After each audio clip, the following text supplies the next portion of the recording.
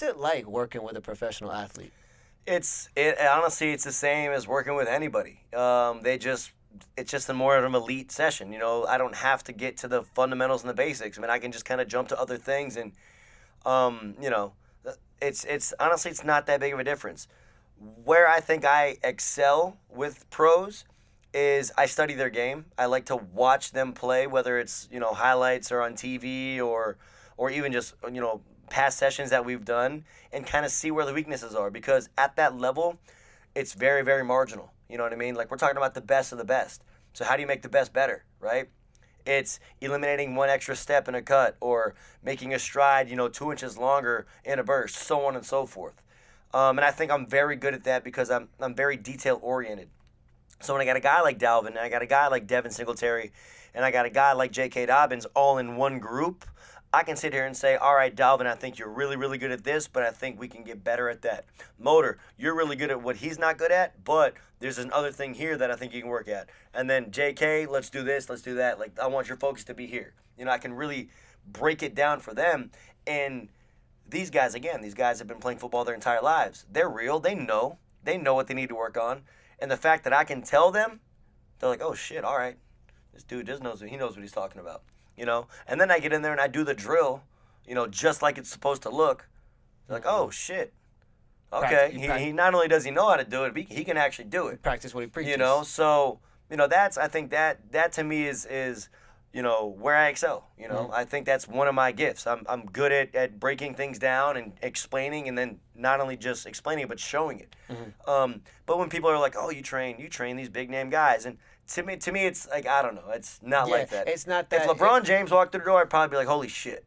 Yeah. LeBron James. But, and no offense, I mean, Dalvin, I've been watching Dalvin forever, and J.K. I've watching forever. Tua I've been watching, since he threw a touchdown pass in the national championship to beat Georgia. Like, I remember all those moments, and I was like, wow, that's pretty cool. But when you get around them, man, they're there for a reason, and that reason is, hey, look, let's get better. Not to just talk football and kind of be fanboy on them. You know what I mean? Exactly. No, people have to realize it's just another human being. 100%. Another client that we got to get working. We got to get working. So, I'm curious, beyond the celebrity status of those types of people, what is it that you're seeing with their skill set, besides being so elite? What is it with their mentality that makes them great? It has a lot to do with daily routines. And it's weird too, because the past 2 off seasons have been crazy because of the pandemic, because of COVID. Right. Like, last year's off season was 3-4 months longer than it should have been. This year's probably going to be the same. So it's really, to us, it's like we really don't know what's going to happen. Okay, hey, when are you going back? I don't know. They said March 3rd. The other guy's like, shoot, March. Well, I mean, May 3rd. It's like, May. They told me April. So it's like no one has any idea, but it's kind of like, all right, well, we don't really know what's going on. Let's control the controllables. Let's just keep getting better every single day, right? And so it's their mentality of like, we don't really have much, but all we gotta do is just focus on getting better. But the cooler thing that I think is something that really sticks out to me is the camaraderie that they build amongst each other, and they hold each other accountable. I like that. Like, we'll look around the room and two will be like, hey, where's JK at? And I was like, I don't know, man, let's call him. Let's FaceTime him. And JK, man, get out of the bed. I see you're sleeping. Get up. And he'll get out of the bed and he'll show up. You know what I mean? It's like they hold each other accountable. They don't even really know each other. They know of each other because they play in the same organization. Mm-hmm. They're not in the same teams. They're actually opponents. But when it's training, we're a team. I think that's super cool. That's something that I think that I've seen that really makes me sit back and say, man, that was pretty awesome.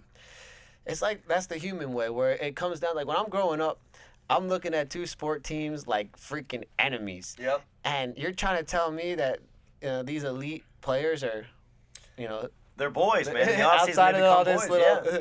Because again, like, this is your team. This is your team for right now. It's special to see, and it's nice to see them succeed, and obviously a lot of people don't get that opportunity in life, but it shows that there's many different ways to succeed in life. Yeah. And it doesn't necessarily have to be, being in that organization and everybody looking up to you as a celebrity. So it should inspire you that people like Nick, was able to create such an amazing life for himself. And he's not in the NFL, but look, he's working around the NFL athletes like it's normal, because it is. Yeah.